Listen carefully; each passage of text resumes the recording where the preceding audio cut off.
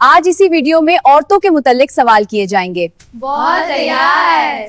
शुरू करते हैं। इस्लाम में माँ का क्या मकाम है?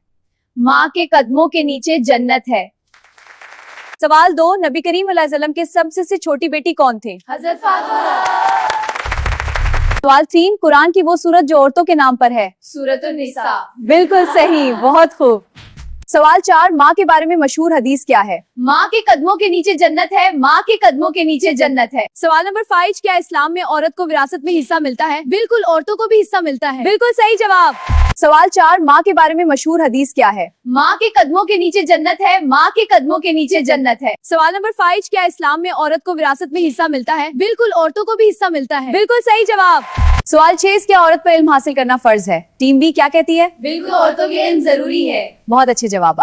सवाल, औरत के पर्दे का हुक्म कहाँ आया है? जवाब सूरतुन नूर। बिल्कुल दुरुस्त, दोनों टीमों को पॉइंट्स मिलते हैं। सवाल 9, जिनती औरतों की सरदार कौन है? हज़रत फातिमा और ज़हरा। बिल्कुल दुरुस्त, शाबाश। सवाल, क्या औरत वली बन सकती है? जवाब आम तौर पर नहीं।